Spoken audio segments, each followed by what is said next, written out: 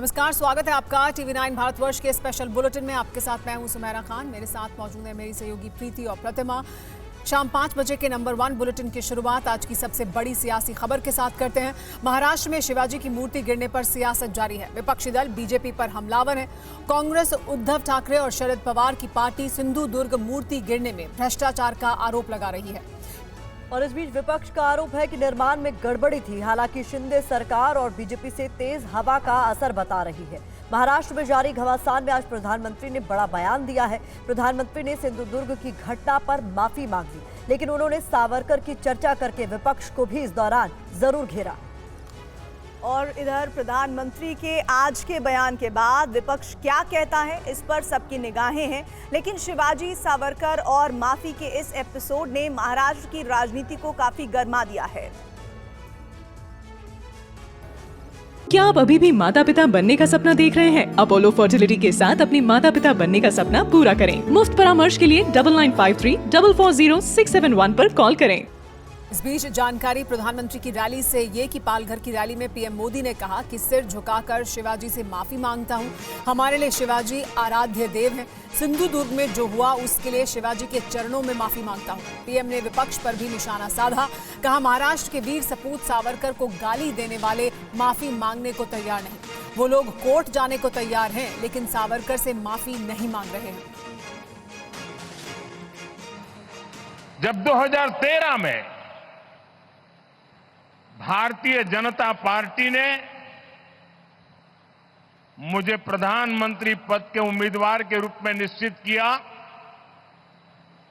तो मैंने सबसे पहला काम किया था रायगढ़ के किले पर जाकर के छत्रपति शिवाजी महाराज की समाधि के सामने बैठ करके प्रार्थना की थी। एक भक्त अपने आराध्य देव को जिस प्रकार से प्रार्थना करता है, उसे भक्ति भाव से आशीर्वाद लेकर के मैंने राष्ट्र सेवा की एक नई यात्रा का आरंभ किया था। पिछले दिनों सिंधुदुर्ग में जो हुआ, मेरे लिए, मेरे सभी साथियों के लिए छत्रपति शिवाजी महाराज ये सिर्फ नाम नहीं है। हमारे लिए छत्रपति शिवाजी महाराज ये सिर्फ राजा महाराजा राजपुरुष मात्र नहीं है। हमारे लिए छत्रपति शिवाजी महाराज आराध्य देव है।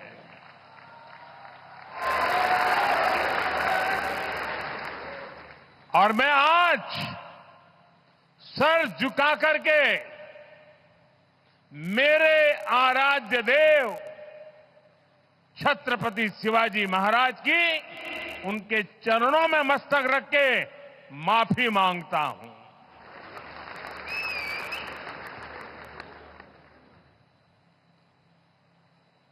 हमारे संस्कार अलग है।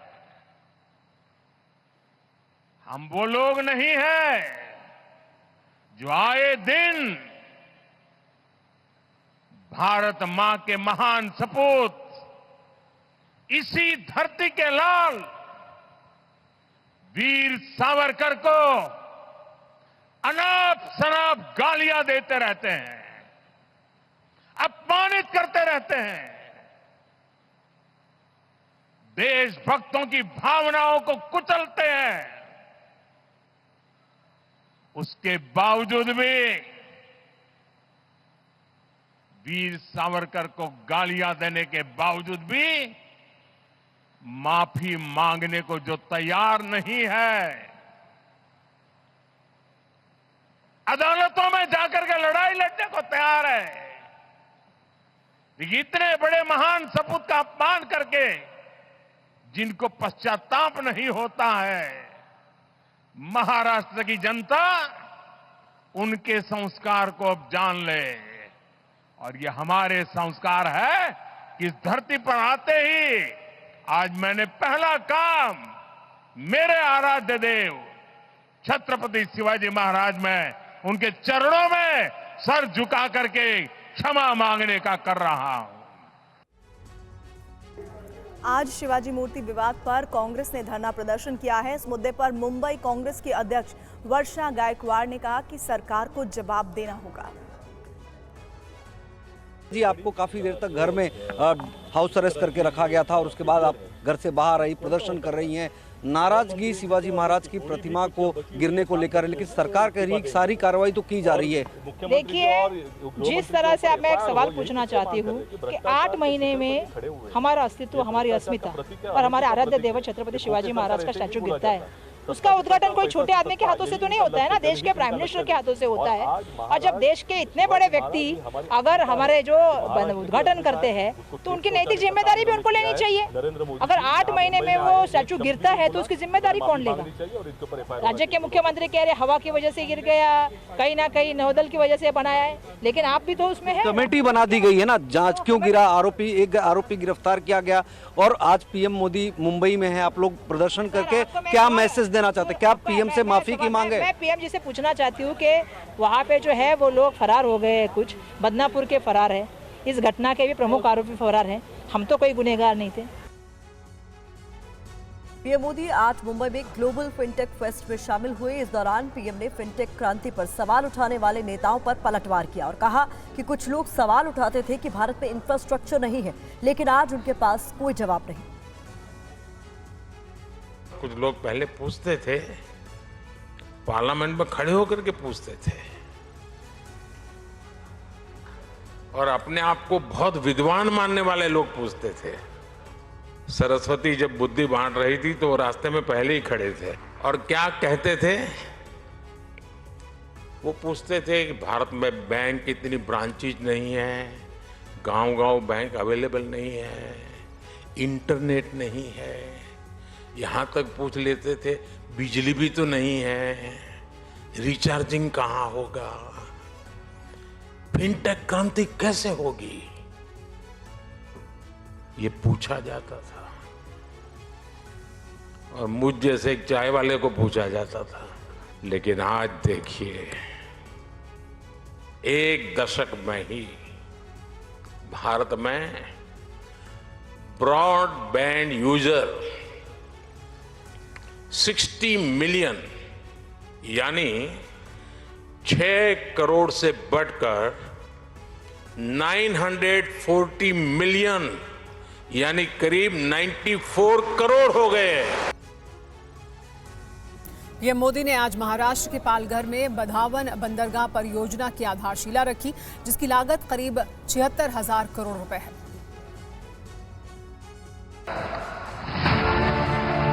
विधानसभा चुनाव से पहले पीएम मोदी ने आज महाराष्ट्र को अरबों रुपए की विकास परियोजनाओं की सौगात दी। पीएम मोदी ने पालघर के सिडको ग्राउंड में आयोजित समारोह में बधावन बंदरगाह की आधारशिला रखी, जिस पर करीब 76,000 करोड़ रुपए खर्च होंगे। पीएम मोदी ने लगभग 1,560 करोड़ रुपए की 218 मत्स्य पालन परियोजनाओं का उद्घाटन और शिलान्यास भी किया। इसके बाद पीएम मोदी ने लगभग 360 करोड़ रुपए की लागत से मछली पकड़ने वाले जहाजों के लिए संचार और सहायता प्रणाली की भी शुरुआत की। समुद्र के तट भी है, इन तटों से अंतर्राष्ट्रीय व्यापार का सदियों पुराना इतिहास भी है और यहां भविष्य की अपार संभावनाएं भी है। इसके लिए आज वाढवण पोर्ट की नींव रखी गई है। और इधर प्रधानमंत्री मोदी के माफी वाले बयान पर उद्धव गुट की पहली प्रतिक्रिया आई है। जन आक्रोश के बाद माफी मांगी गई है। उद्धव गुट की तरफ से कहा गया है विपक्ष जवाबदेही चाहता है। साथ ही उद्धव गुट की तरफ से यह भी कहा गया कि पीएम मोदी ने माफी देर से मांगी है।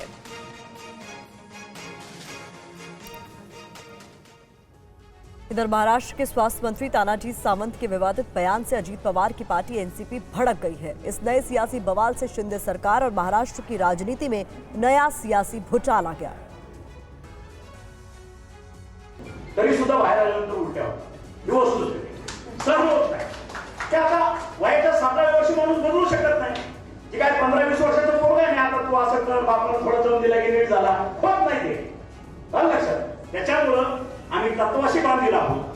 सीएम एकनाथ शिंदे के मंत्री तानाजी सावंत के इस बयान से महाराष्ट्र सरकार में नया विवाद खड़ा हो गया है। इस बयान पर अब राष्ट्रवादी कांग्रेस पार्टी शरदचंद्र पवार ने अजित पवार की पार्टी को घेरा है। इस विवाद पर अजित पवार की एनसीपी ने भी नाराजगी जताई।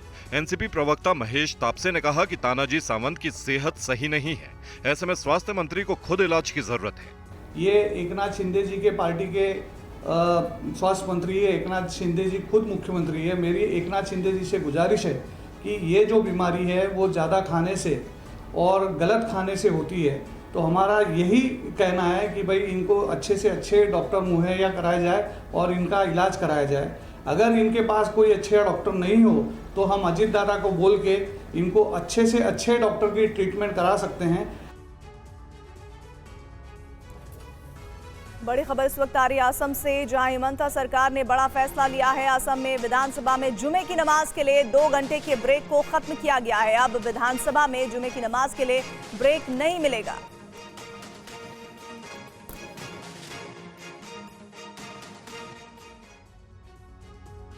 असम असेंबली में अब मुस्लिम नेताओं को जुम्मे की नमाज पढ़ने में दिक्कत का सामना करना पड़ सकता है। अंग्रेजों के जमाने से चले आ रहे नियम को असम असेंबली ने खत्म कर दिया है, जिसके तहत जुम्मे की नमाज के लिए असेंबली में ब्रेक दिया जाता था। इस प्रथा की शुरुआत मुस्लिम लीग के सैयद सादुल्ला ने 1937 में की थी। आज से मुस्लिम एमएलए के लिए जुम्मे की नमाज पढ़ने के लिए कोई ब्रेक नहीं मिलेगा। हर शुक्रवार को दोपहर 12 बजे से 2 बजे के बीच 2 घंटे का ब्रेक होता था, जिसमें मुस्लिम विधायक नमाज अदा करते थे। लेकिन अब से ये नियम बदल दिया गया है और कोई ब्रेक नहीं होगा। फैसला असम विधानसभा के अध्यक्ष विश्वजीत दैमारी के साथ बैठक में लिया गया और ये सर्वसम्मति से लिया गया, जिसका दूसरे विधायकों ने भी समर्थन किया। असम के मुख्यमंत्री हिमंता बिस्वा शर्मा ने इसको लेकर एक पोस्ट भी किया है। इसके लिए उन्होंने विधानसभा के अध्यक्ष का आभार जताया है। उन्होंने कहा कि इस फैसले के जरिए असम विधानसभा ने उत्पादकता को प्राथमिकता दी है और औपनिवेशक बोझ के एक और निशान को हटा दिया है। और अब खबर कोलकाता में lady doctor rape murder case से जुड़ी हुई। कोलकाता आरजीकर अस्पताल में क्राइम सीन की नई तस्वीर सामने आई है। तस्वीरों में सेमिनार हॉल में क्राइम सीन पर कई लोग एक साथ नजर आ रहे हैं। डेड बॉडी को घेर कर खड़े नजर आ रहे हैं लोग। तस्वीर में 12 से 13 लोग सेमिनार हॉल में नजर आ रहे हैं। अपने आप में हैरान कर देने वाला ये पूरा मामला रहा है। शुरुआत से कहा जा रहा है कि क्राइम सीन पर एविडेंस के साथ छेड़छाड़ हुई है, क्योंकि क्राइम सीन को समय रहते सिक्योर नहीं किया गया। और अब आरजीकर अस्पताल में क्राइम सीन की जो नई तस्वीर सामने आई है, उसको लेकर भी कई तरह के सवाल पूछे जा रहे हैं। तो ये तस्वीरें आरजीकर अस्पताल के क्राइम सीन की है और ये देखिए तस्वीरों में आपको नजर आ रहा है कि एक साथ डेड बॉडी को घेरे कई सारे लोग नजर आ रहे हैं। 12 से 13 लोग बताए जा रहे हैं सेमिनार हॉल में मौजूद है, वहीं जहां लेडी डॉक्टर का शव मिला था। कुमार कुंदन ज्यादा जानकारी के साथ कोलकाता से हमारे साथ जुड़ रहे हैं। कुमार, इस पूरे मामले को लेकर शुरुआत से यही कहा जा रहा था कि क्राइम सीन को समय रहते सिक्योर किया जाना था, इसीलिए कोलकाता पुलिस के रवैये पर भी सवाल तमाम तरह के उठाए जा रहे थे। अस्पताल ने जिस तरीके से इस पूरे मामले को हैंडल किया, उसको लेकर जो सवाल पूछे जा रहे थे, उसकी गवाही देती हुई ये तस्वीरें सामने आई। निश्चित रूप से प्रतिमा, और यहाँ से लेकर सुप्रीम कोर्ट तक जिस बात की हो रही थी वो ये थी कि क्राइम सीन को पूरी तरीके से डिस्ट्रॉय किया गया। और यह तस्वीर बताती है, 2 तस्वीरें हैं। पहली तस्वीर में आप देखेंगे कि डेड बॉडी के चारों तरफ कॉटन किया हुआ है और लोग खड़े हैं, और दूसरी तस्वीर में कॉटन हटाया गया है और वहाँ पे एक सिर्फ और सिर्फ स्ट्रेचर रखा हुआ है जिसपे की बॉडी पड़ी हुई थी। तो पहली तस्वीर में यह देख के पता चल रहा है कि कितने सारे लोग वहाँ पे खड़े थे। और इससे पहले भी कुछ विजुअल्स ऐसे आए हैं जिसमें कि दिखाया गया है कि बड़ी संख्या में क्राइम सीन के आसपास लोग खड़े थे। इससे एविडेंस डिस्ट्रॉय का जो मामला है वो बहुत पुख्ता है, और इससे पुलिस को की दलील जो कुछ भी हो, लेकिन सीबीआई की जो दलील है कि पूरी तरीके से उस इलाके को डिस्ट्रॉय कर दिया गया है एविडेंस के हिसाब से, प्राइमरी एविडेंस जिसको कहते हैं, वो दिख रहा है कि उसको डिस्ट्रॉय करने में किसी ने कोई कोर कसर नहीं छोड़ी है। जितने लोग वहाँ खड़े हैं उतने लोगों को देखकर उसमें पुलिस भी शामिल है और भी कई सारे लोग शामिल हैं, जो नॉर्मल लोग हैं वो भी दिख रहे हैं। यह बताता है कि जहाँ पे भी ये घटना हुई उस जगह को सिक्योर बिल्कुल नहीं किया गया। जी, बहुत शुक्रिया इस तमाम जानकारी के लिए। तो कुमार कुंदन बता रहे हैं कि इन तस्वीरों से एक बार फिर साबित हो रहा है कि प्राइमरी एविडेंस के साथ आरजीकर अस्पताल में छेड़छाड़। और अब बात कोलकाता से आ रही एक और बड़ी खबर की। कोलकाता में बीजेपी महिला मोर्चा का प्रदर्शन हुआ है। महिला आयोग दफ्तर की ओर इनका मार्च था। पुलिस ने बीजेपी कार्यकर्ताओं को घेरा है। महिला आयोग दफ्तर की ओर मार्च कर रही थी बीजेपी की महिला कार्यकर्ता और नेता, लेकिन पुलिस ने बीजेपी कार्यकर्ताओं को घेर लिया है, उन्हें रोक दिया है। कोलकाता में इस मार्च का आह्वान किया गया था बीजेपी महिला मोर्चा की तरफ से। तो बीजेपी महिला मोर्चा का प्रदर्शन आरजीकर अस्पताल में हुए रेप और मर्डर केस पर। सिरदर्द नहीं है, ये महिला के ऊपर आक्रमण करता है, और जब आरजीकर में जब गुंडा लोग घुसता है तो पुलिस कुछ नहीं कर पाता है। इसको नहीं बोल सकते कि चूड़ी पहनो, चूड़ी पहन के बैठे रहो, ये हमारा अपमान होगा, इसलिए नहीं बोलेंगे।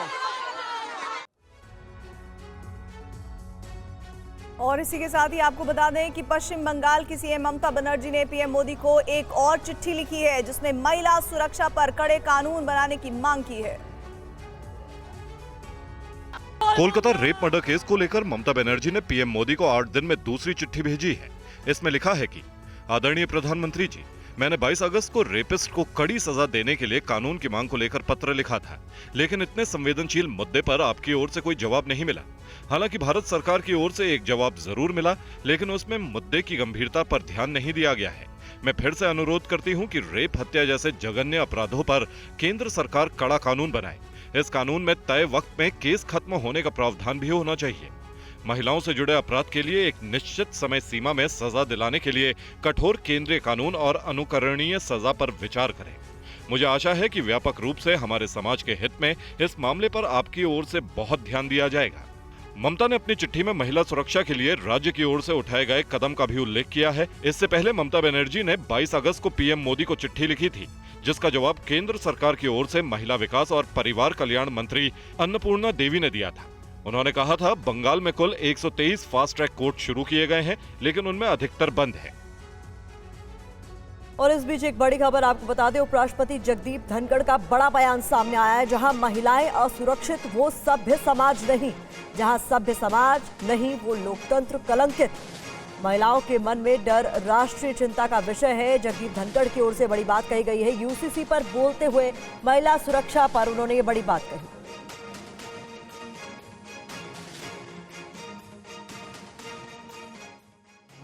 औरतें, लड़कियां अपने आप को सुरक्षित महसूस नहीं करती, वो समाज सभ्य समाज नहीं है, वो डेमोक्रेसी कलंकित है, वो हमारी प्रगति में सबसे बड़ा अवरोधक है। और आज के दिन the fear in the mind of our girls and women is a cause of concern. It's a national concern. और भोपाल सरकार के खिलाफ कांग्रेस ने प्रदर्शन किया है। पुलिस के साथ प्रदर्शनकारियों की धक्का मुक्की भी हुई। प्रदर्शनकारियों पर वाटर कैनन और आंसू गैस का इस्तेमाल किया गया। सीएम आवास कूच करने की कोशिश में प्रदर्शनकारी थे। नर्सिंग घोटाला समेत कई मुद्दों को लेकर ये प्रदर्शन किया जा रहा था भोपाल में।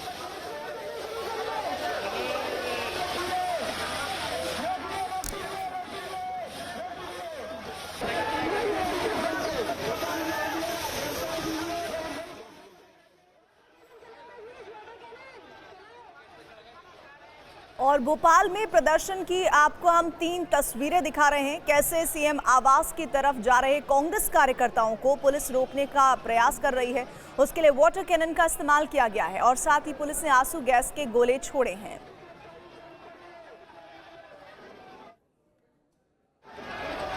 मध्य प्रदेश में बढ़ती बेरोजगारी, नर्सिंग कॉलेजों की मान्यता घोटाला सहित युवाओं की समस्याओं को लेकर मध्य प्रदेश युवा कांग्रेस ने आज भोपाल में जमकर विरोध प्रदर्शन किया।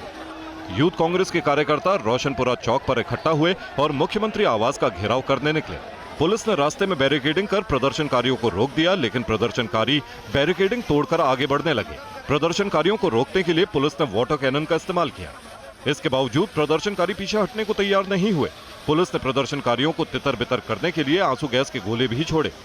युवा कांग्रेस के राष्ट्रीय अध्यक्ष बीवी श्रीनिवास, प्रदेश कांग्रेस अध्यक्ष जीतू पटवारी भी इस प्रदर्शन में शामिल हुए। जीतू पटवारी ने कहा कि युवाओं के साथ भारतीय जनता पार्टी की सरकार धोखेबाजी कर रही है। हमारा एम है जातिगत जनगणना सरकार कराए, अन्यथा आज हमें जिस तरीके से यातना दी, जेल जाएंगे, जेल भरेंगे, जान देंगे, शहीद होंगे, पर जातिगत जनगणना कराएंगे। तो नर्सिंग घोटाले के खिलाफ प्रदर्शन की ये तस्वीरें आप भोपाल से सीधे देख रहे थे। हमारे संवाददाता शुभम गुप्ता की एक रिपोर्ट आपको दिखाते हैं। भोपाल में कांग्रेस का उग्र प्रदर्शन देखने को मिल रहा है। सीधी तस्वीरें हम आपको दिखाने जा रहे हैं। ये तस्वीरें आप रोशनपुरा चौराहे की देख रहे हैं, जब पुलिस ने वाटर कैनन का इस्तेमाल किया है। ये तस्वीरें आप देख रही है। दरअसल नर्सिंग घोटाला, दलितों पर अत्याचार, महिलाओं पर अत्याचार, इन तमाम मुद्दों को लेकर कांग्रेस इस वक्त प्रदर्शन कर रही है और पुलिस ने सबसे पहले वाटर कैनन का इस्तेमाल किया है। हजारों की तादाद में आज पूरे प्रदेश से कांग्रेस के कार्यकर्ताओं को बुलाया गया है। जीतू पटवारी हो या फिर उमंग सिंगार, अरुण यादव सहित तमाम कांग्रेस के बड़े नेता प्रदर्शन में मौजूद हैं। पूरे प्रदेश से कांग्रेस के सैकड़ों हजारों कार्यकर्ता आए हुए हैं। देखिए, जैसे ही बैरिकेडिंग पर चढ़ने की कोशिश कांग्रेस के कार्यकर्ता करते हुए दिखाई दे रहे हैं और उसी के दौरान उन्हें हटाने की कोशिश पुलिस के द्वारा यहाँ पर की जा रही है। जरूरत पड़ती है तो पुलिस लाठीचार्ज का इस्तेमाल भी करेगी, मगर शुरुआत में सबसे पहले वाटर कैनन का इस्तेमाल पुलिस के द्वारा किया जा रहा है। कांग्रेस के कार्यकर्ता पीछे हटने का नाम नहीं ले रहे हैं। दूसरी तरफ पुलिस की जो बैरिकेडिंग है उसकी तस्वीर भी हम आपको दिखाते हैं। देखिए, जीतू पटवारी को आप देख रहे हैं तस्वीरों में और उसके साथ साथ कांग्रेस के तमाम नेता उनके साथ मौजूद हैं। लगातार कई दिनों से कांग्रेस की यह स्ट्रेटेजी रही है कि जहां भी जाना वहां पर एक बड़ा प्रदर्शन करना। यूथ कांग्रेस के नेतृत्व में ये प्रदर्शन जारी है। साथ ही साथ ये देखिए, ये तस्वीर आप देखिए और पुलिस का लाठीचार्ज भी यहां पर हमें देखने को मिल रहा है। कांग्रेस के प्रदेश अध्यक्ष जीतू पटवारी जब जहां भी गए हैं प्रदर्शन के लिए, वो चाहे इंदौर हो, भोपाल हो या फिर मुरैना हो या छतरपुर ही क्यों ना हो, हर जगह वाटर कैनन का इस्तेमाल पुलिस को करना ही पड़ा है। और इस वक्त की बड़ी खबर, 1984 सिख दंगे में जगदीश टाइटलर पर आरोप तय कर दिए गए हैं। हत्या समेत बाकी धाराओं के तहत आरोप तय हुए हैं। दिल्ली की राउज एवेन्यू कोर्ट ने ये आरोप तय किए। इस मामले पर सुनवाई पूरी होने के बाद फैसला सुरक्षित रख लिया गया था और उसके बाद अब आरोप तय कर दिए गए हैं राउज एवेन्यू कोर्ट की तरफ से। इस पर और ज्यादा जानकारी के लिए हमारे साथ TV9 भारतवर्ष संवाददाता पीयूष पांडे भी जुड़ गए हैं। पीयूष, आखिरकार बहुत लंबे वक्त के बाद, इतनी तमाम सुनवाइयों के बाद ये आरोप तय किए गए हैं जगदीश टाइटलर पर। कौन कौन सी धाराओं में आरोप तय हुए हैं? सुमेरा, देखिए, 20 मई 2023 को इस मामले में CBI ने अपना अतिरिक्त आरोप पत्र दाखिल किया था और उसके बाद राउज एवेन्यू कोर्ट ने आज इस मामले में 302, 147, 149, 153 और 188, 109 और 295 इन IPC की धाराओं में आरोप तय किए हैं। और अब इस मामले पर 13 सितंबर से आगे सुनवाई होगी और ट्रायल का जो मेन कोर्स होता है वो अब शुरू होगा और इन पर जो चार्जेस फ्रेम किए गए हैं अब उस पर बेसिकली बहस होगी दोनों पक्षों की और उसके बाद अदालत इस निर्णय पर पहुंचेगी कि आखिर किस स्तर की सज़ा इन्हें दी जानी है और या फिर नहीं दी जानी है। तो कुल मिलाकर के अब इतने लंबे समय बाद, जबकि 1984 में पुल बंगश जो गुरुद्वारा था वहाँ पर हिंसा और 3 हत्या के मामले में ये लगातार केस चल रहा था और इसके बाद पिछले वर्ष जब CBI ने इस मामले में आरोप पत्र दाखिल कर दिया, उसके बाद अब राउज एवेन्यू कोर्ट ने इस मामले में आरोप तय किए हैं। अब 13 सितंबर से इस मामले पर आगे सुनवाई होगी। जी हाँ, तो आखिरकार इतने लंबे इंतजार के बाद ये आरोप तय होने के बाद अब सुनवाई शुरू होगी 13 सितंबर से। बहुत शुक्रिया पीयूष इस तमाम जानकारी के लिए। तो धाराओं में मामला दर्ज कर लिया गया है जगदीश टाइटलर के खिलाफ 1984 सिख दंगों से जुड़ा हुआ। तो इस पूरे मामले में केस चलेगा। दिल्ली गुरुद्वारा प्रबंधन कमेटी की तरफ से क्या रिएक्शन इस पूरी खबर पर आया है, आइए आपको वो भी सुनवा देते हैं। वाले मामले में आरोप तय हो गए हैं, काफी लंबी लड़ाई जो है वो आपको लड़नी पड़ी, क्या कहेंगे? देखो, 40 साल की लड़ाई का बहुत बड़ा संघर्ष था और इस संघर्ष के बीच कई लोग आए, कोई लोग जिंदगी से चले गए, मगर सिख कौम ने हमेशा इस देश की जुडिशरी के ऊपर भरोसा रखा और ये लड़ाई लड़ते रहे। और आज जो राहत मिली, आप इन लोगों के चेहरों से देख सकते हो जो पीड़ित परिवार है कि किस तरीके से इनके आज चेहरों पे एक राहत है कि ये एक दरिंदा जो खुलेआम यहाँ घूम रहा था, जो उसको जो लोगों के अंदर एक इम्प्रेशन डालता था कि हमारी सरकारें हैं, हम इतने बड़े आदमी हैं और हमें कोई जेलों के बीच में नहीं डाल सकता, आज उसके ऊपर चार्जशीट फ्रेम हो गए और अब तय है कि जगदीश टाइटलर भी सज्जन कुमार की तरीके जेलों के पीछे, सलाखों के पीछे होगा और इससे जो बड़ी राहत मिली है ऐसे कम्युनिटी को, मैं जुडिशरी का बहुत बहुत धन्यवाद करता हूँ। आइए बढ़ते आगे। सीएम योगी के लाल टोपी वाले बयान पर अखिलेश यादव ने पलटवार किया है। अच्छा बुरा रंग नहीं नजरिया होता है, कहना अखिलेश यादव का। लाल रंग क्रांति और मिलन का प्रतीक है। जिनके जीवन में मेल मिलाप का अभाव, वो रंग से दुर्भावना करते हैं। कभी कभी लोगों को सदमा लगता है। आप सब लोग जानते हो, जब सदमा लग जाता है तो कुछ लोग बोलते हैं, और कभी किसी के चोट लग जाए तो कुछ और बोलते हैं। जो लाल रंग है उसको समझना पड़ेगा। ये लाल रंग क्रांति का है, लाल रंग हमारे इमोशंस का है। हमारे मुख्यमंत्री जी इमोशन नहीं समझ सकते हैं। और देखो, हमारे यहाँ तो बाल भी हैं सर पे, तो कम से कम ये टोपी उन लोगों के भी काम आ सकती जिनके बाल ना हो, गंजे जो लोग हों। और देखिए, जो काले रंग की टोपी पहनते हैं उनका तो काले ही सब कुछ काला होगा, इसलिए काले पे बहस नहीं कर रहे हम। हमारा लाल रंग मेल मिलाप का है। आखिरकार नाराजगी क्या है? इसीलिए मैंने कहा ये जो हार का सदमा है, जो हार की वजह से सदमे से नहीं उभर पा रहे हैं, इसलिए उन्हें हर जगह लाल रंग दिखाई दे रहा है।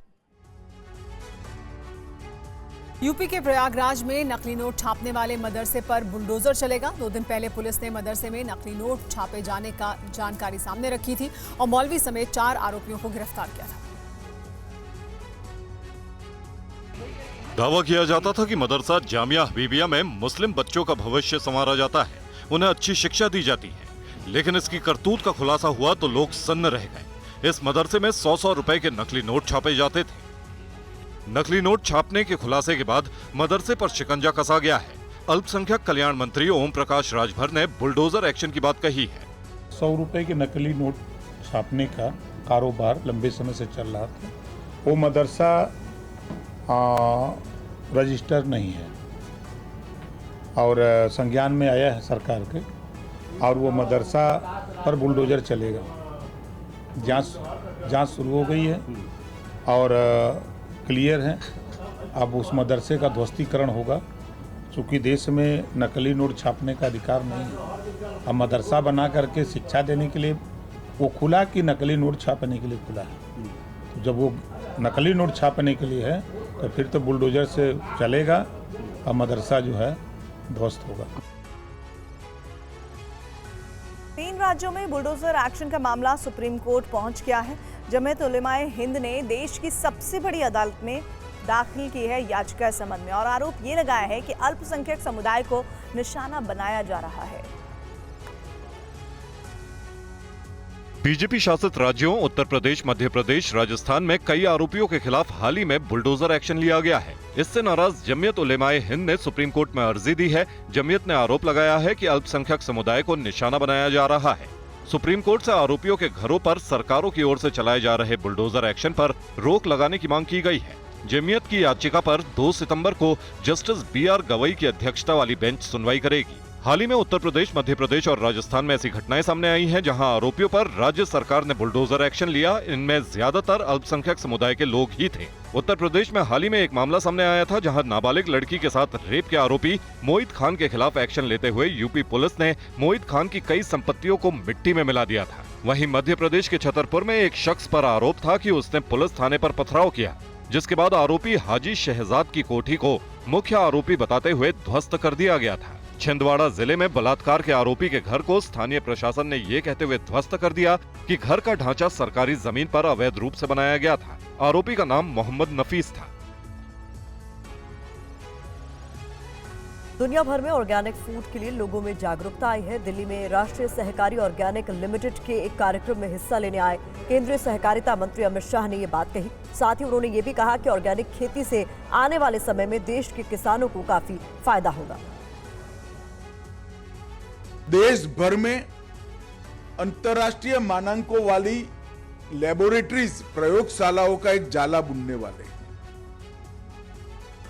जो ऑर्गेनिक भूमि का भी परीक्षण करेंगे और प्रोडक्ट का भी परीक्षण करेंगे कि ये ऑर्गेनिक है या नहीं है। और ये दोनों मान्यता प्राप्त संस्थाएं भारत ब्रांड से और अमूल ब्रांड से एक विश्वसनीय ऑर्गेनिक फूड पूरे देश भर में उपभोक्ताओं को देने का काम करेंगे। जब आप ऑर्गेनिक फूड विश्वसनीय तरीके से सभी मानकों के, अंतर्राष्ट्रीय मानकों के पार होकर देते हो, तो इस देश में अब बहुत बड़ा वर्ग है जो इसके लिए कीमत लेने के लिए तैयार है, और दुनिया में भी बहुत बड़ा वर्ग है। बीजेपी में शामिल हुए झारखंड के पूर्व सीएम चंपाई सोरेन। रांची में हेमंत बिस्वा शर्मा और शिवराज ने दिलवाई सदस्यता। सीएम पद से हटाने पर नाराज होकर पार्टी छोड़ी थी। जेएमएम के संस्थापक सदस्य रहे हैं चंपाई सोरेन। 28 अगस्त को जेएमएम की प्राथमिक सदस्यता से उन्होंने इस्तीफा दिया था और अब बीजेपी में शामिल हो गए हैं।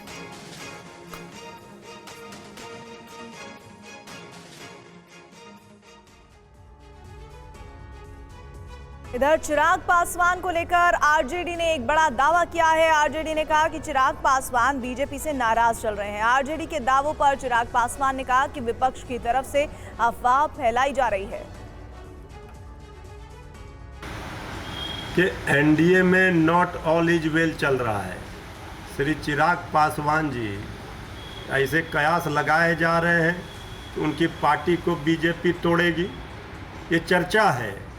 हमें इससे कोई लेना देना नहीं है, लेकिन इसके पहले भी बीजेपी ने और जेडीयू ने मिलकर के श्री चिराग पासवान जी के बंगले में आग लगाई थी।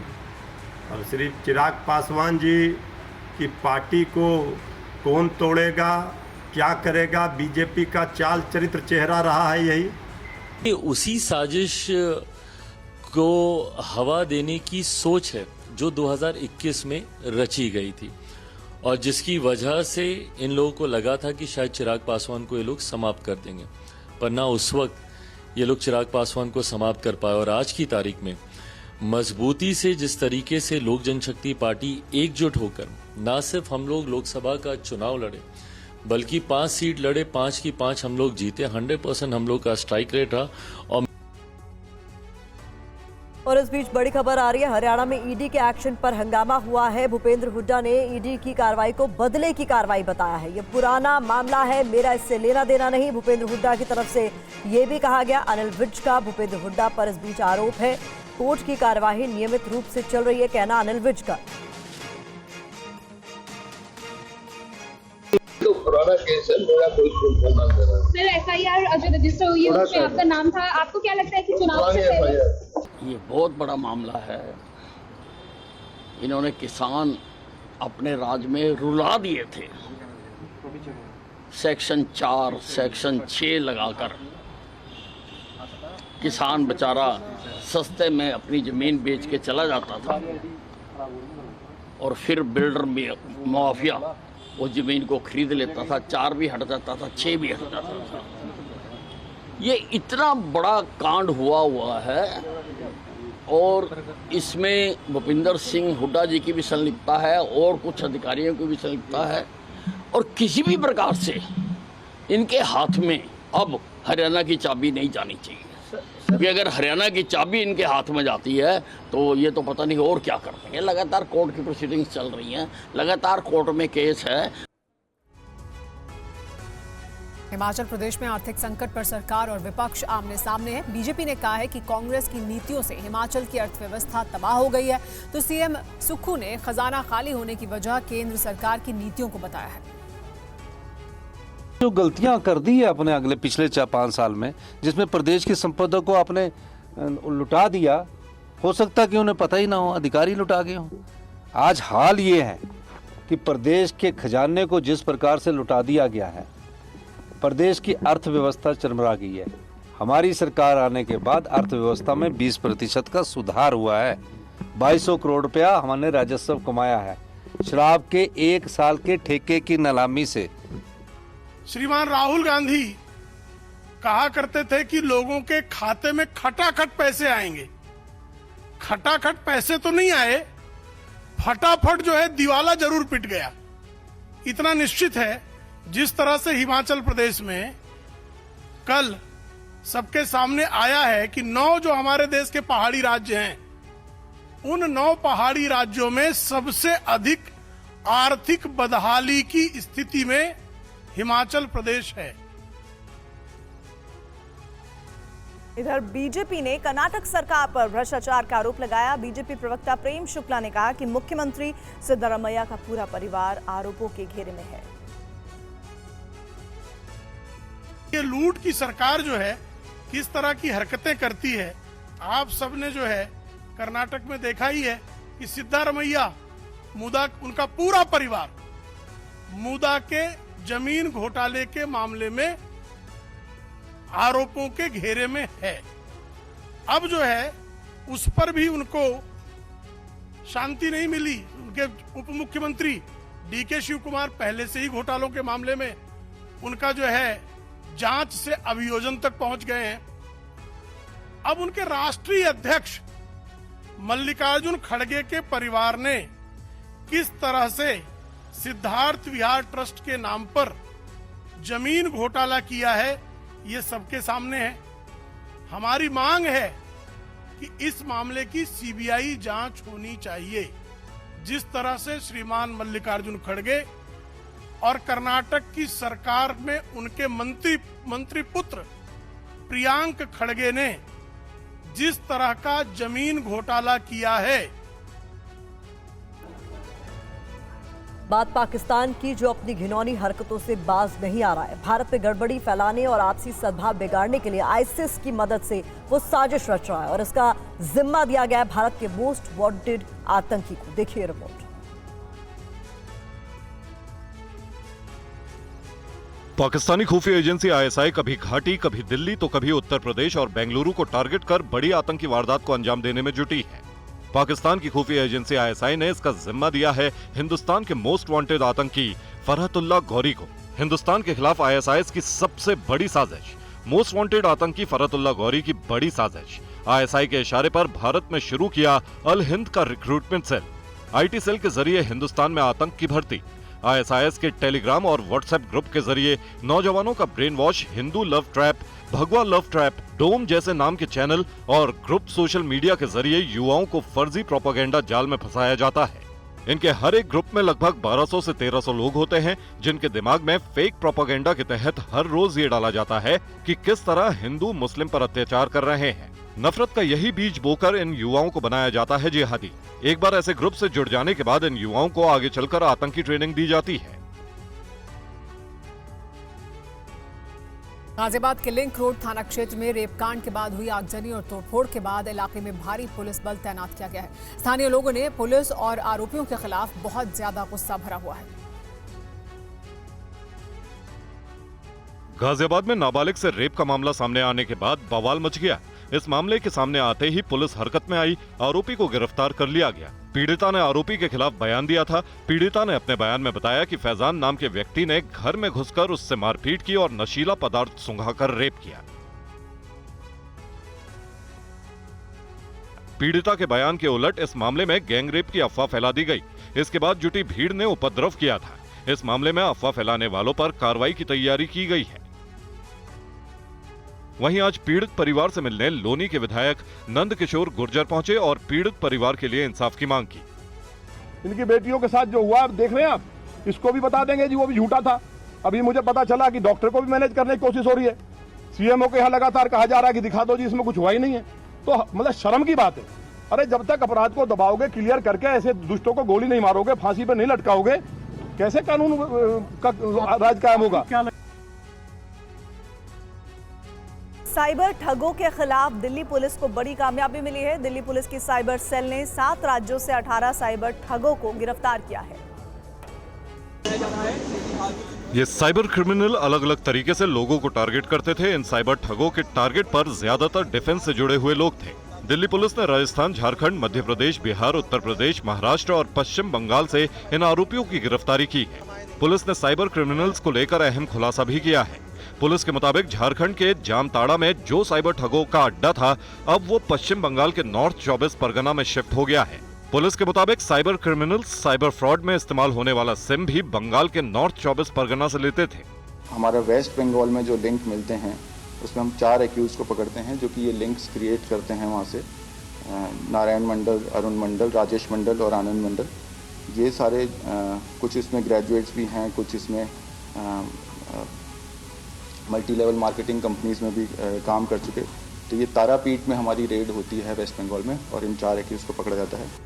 साइबर ठग स्टॉक एक्सचेंज में पैसे लगाने, ऑनलाइन साइट्स के जरिए प्रोडक्ट पर रिव्यू करवाने के एवज में पैसे देने का लालच देते थे और उनकी बैंक डिटेल्स लेकर खाते से पूरे पैसे निकाल लेते थे।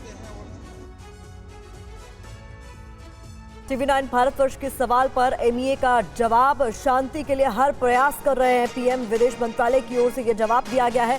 रूस यूक्रेन युद्ध पर दरअसल TV9 ने सवाल पूछा था कि क्या पीएम मध्यस्थता कर रहे हैं। इस दौरान MEA की ओर से जवाब दिया गया है कि दोस्त होने के नाते प्रयास जारी है। Our point of view is that the Ukrainian side, they have their perspective on various issues and matters, and they are sharing them with the media. As far as we are concerned, we'll be guided by the bilateral discussions that we've had with them, including on this high-level visit that just concluded, which we believe will pave the way for stronger bilateral ties, apart from facilitating more forward-looking discussions on the possibility of peaceful resolution of the conflict. Paris Paralympic में एक और medal मिल गया है देश को। प्रीति पाल ने जीता है ब्रॉन्ज मेडल। 100 मीटर दौड़ में जीता है ये ब्रॉन्ज मेडल प्रीति पाल ने।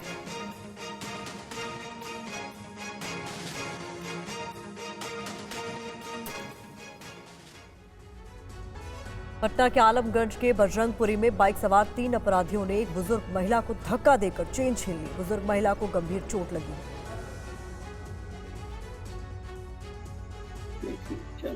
बुजुर्ग महिला सुबह करीब 8 बजे सचिवालय थाना एला के आर ब्लॉक गोलंबर के पास से अटल पथ की ओर जाने के लिए सड़क पार कर रही थी। इसी बीच बाइक सवार 3 अपराधी बुजुर्ग महिला पर नजर लगा रखे थे। मौका देखते ही अपराधियों ने उनके गले से चेन झपट लिया, जिसके बाद महिला सड़क पर गिर गई।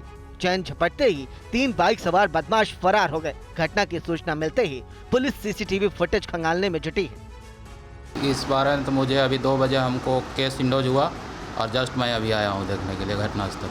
यहाँ पर इसे घूमने के लिए यहाँ पर तो बाकर से चलती है, तो वहाँ जा रही थी तो उधर से 2 लड़का एक बाइक से आए और गाड़िया ऐसे सटा दिया इनको में और इनको ऐसे चैन में घींचा। ये तो अनबैलेंस हो गए तो बेकारवा से तो गिर गए और चैन में छीन के और भाग गया लड़का। हैरत की बात यह है कि जिस इलाके में घटना को अंजाम दिया गया है वो काफी पॉश इलाका माना जाता है। और महाठग सुकेश चंद्रशेखर को जमानत मिल गई है। सुकेश अभी जेल से बाहर नहीं आएगा, लेकिन ईडी के PMLA और दिल्ली पुलिस के मकोका मामले में अभी वो जेल में ही रहेगा। चंद्रशेखर को अभी 2 पत्ती चुनाव चिन्ह मामले में जमानत मिली है।